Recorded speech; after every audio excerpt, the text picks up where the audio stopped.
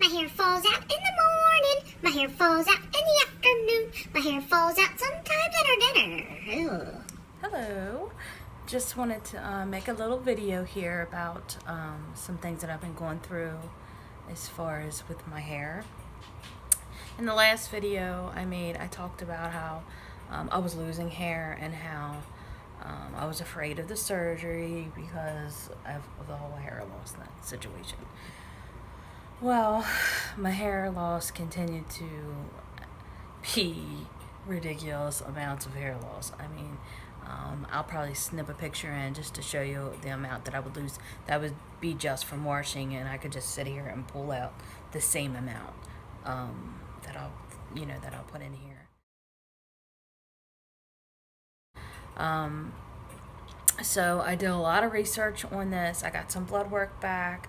I found out that I am vitamin D deficient, and folate is very low, and a couple of my other vitamins are very low. And the funny thing about it is that I've been to tons of doctors. Nobody ever did this. Checked my vitamins except for when I went to this surgeon for this surgery. So there has been lots of benefits to that. So I'm taking all kinds of supplements. Now I'm trying to work on the inside of me to see if I can do something about my overall health as well as my hair health. I've lost about a third or more of my hair in about a month and a half's time. This is very thin for me. As you can see in the last picture, my hair was pretty long. I just got back from getting my hair cut. I got about 10 inches cut from the back. It's pretty short, and then of course the front is longer here. Kept some of the length in the front. It's like angled. About 10-12 inches off of the back. It was very long. But anyway, so it's called Telogen. I'm going to say this really wrong, and I'm going to spell it below and put it in there. Telogen Effluvium. You guys probably know it already.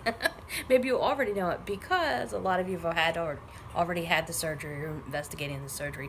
But it's the same type of hair loss that happens after the surgery is what's happening to me now before the surgery, which is what I feared about the surgery. So karma just come back around and smacked me in the butt and said, "Oh, you don't want that? Well, let me give it to you now."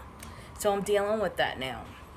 I do have new growth, and you can't see it because of the color of my hair, but in the video, but there are pieces that are sticking up that are, new growth. So I do have new growth. I'm excited about that, although I'm losing it way more faster than I'm growing it.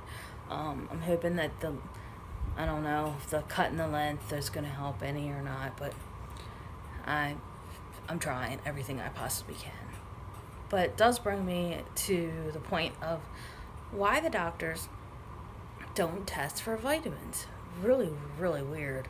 So I'm wondering if any of you have any experience with the holistic or it's functional medicine doctors, and I think there's it's another name to it as well. But I wonder if any of you have had any help with that in that direction. If anybody has any information on that, I'd be interested. I know that a lot of them don't accept health insurance, which is part of the problem because it can be expensive. But I want to know what's wrong with me. I don't want to put Rogaine on the top of my head and mask the problem. I want to know why did this happen and things like that.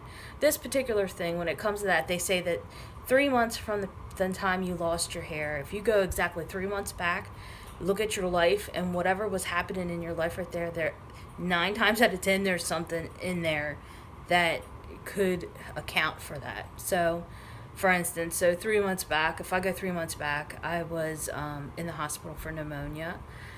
So that definitely could have done it, and I was under a lot of stress, and apparently I was all these vitamin deficient. I couldn't fight any of this off.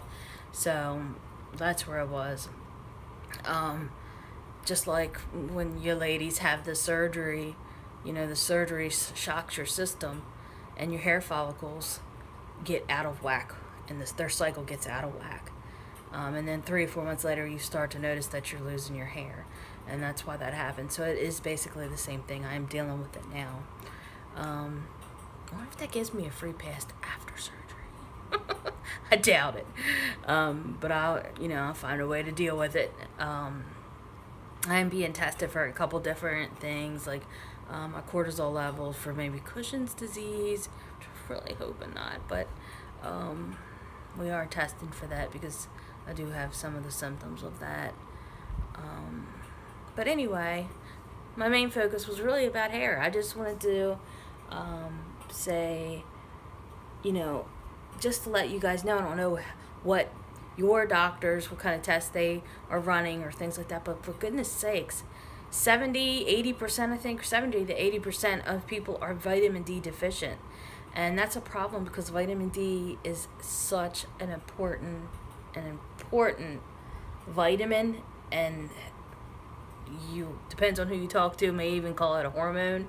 I tend to think it has a lot of hormone qualities to it because a lot of it is made in your body. So it's not like something that you're going to get. You can get it from some sources, but it's mainly made inside your body. To me, that's more hormone-y, but I'm not a doctor, so I'm not going to fight with doctors that are fighting about that situation.